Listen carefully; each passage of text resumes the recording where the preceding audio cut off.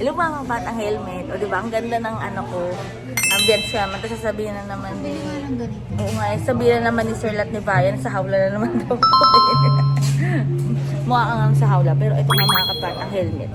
Dito sa footage na to, kasi ni-review ko talaga lahat ng angulo, lahat ng mga videos na in-upload.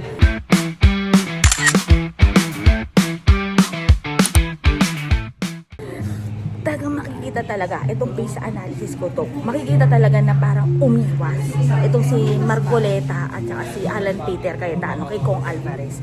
Kasi napakalaki naman ni Kong Alvarez kung hindi nila ito napansin o hindi nila nakita. Pero sige, bigyan na natin ng benefit, for the sake of benefit of the doubt. Baka nga hindi napansin, nakaligtaan. Pero eto, panoorin nyo. Nandito yung mga sundalo, sana naabutan ko dahil wala namang masama na mag-usap. Tatanungin sa akin ba nila binigay yung malita? Dahil pabanggit ang pangalan ko, kawawa naman yung pamilya ko, hinahanap sa akin yung malita. So, gano'n lang po kung maaari. Wala man akong sama ng loob. Kaya alam, siyempre, takuwagan ako dito. Alam ko nandito ko eh. Kung wala ka rito, di ba pupunta rito eh. Saka nandito si Senator Marcoleta. Alam naman nila, papasukin nila ako. I vehemently deny that meron po akong natanggap. Wala akong utang si Saldi ko sa akin. Wala din akong utang sa kanya. At wala kaming transaksyon na maaari ko siyang bigyan o maaari niya akong bigyan ng pera. Umalis na si Atty. Rondain. Wala na Kausap ko siya noong isang araw.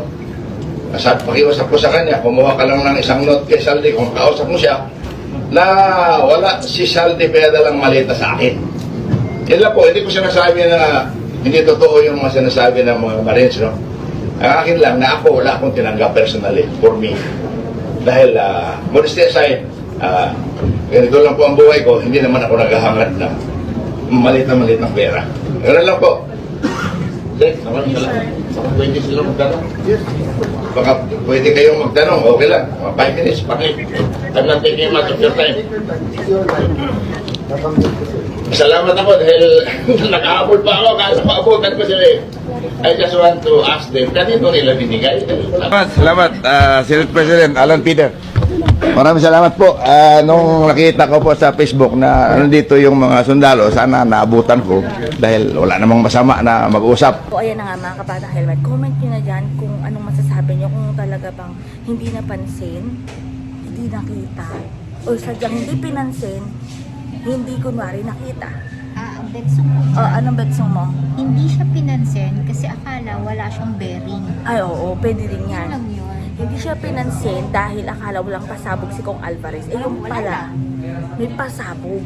Pero, sabi nga dyan ni Kong Alvarez, parang magka-text or magkausap pa sila ni Marcoleta sa text. Parang ganun. Pero, ayan nga mga kapatang, may comment yun ako anong masasabi niyo dyan kung anong realization and analysis nyo dun sa mga footages na yan. Pero iba't ibang angulo yan.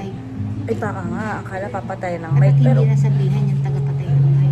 wala, nagsalta na si Kong Alvarez. Wala na sila magagawa. Nandyan pala siya. Oo, at saka napakabastos mo naman kung papatayan mo ng mic si Kong. Diba? Ano? Kaibigan din.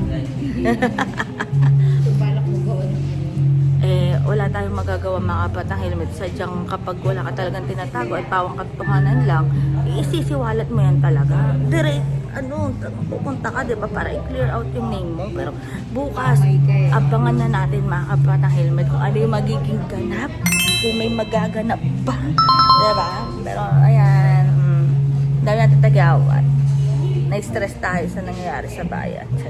Pero ayun nga mga kapatang helmet, comment din ako ano masasabi niyo dyan. Basta ako, ang napansin ko na talaga dyan, hindi siya pinansin.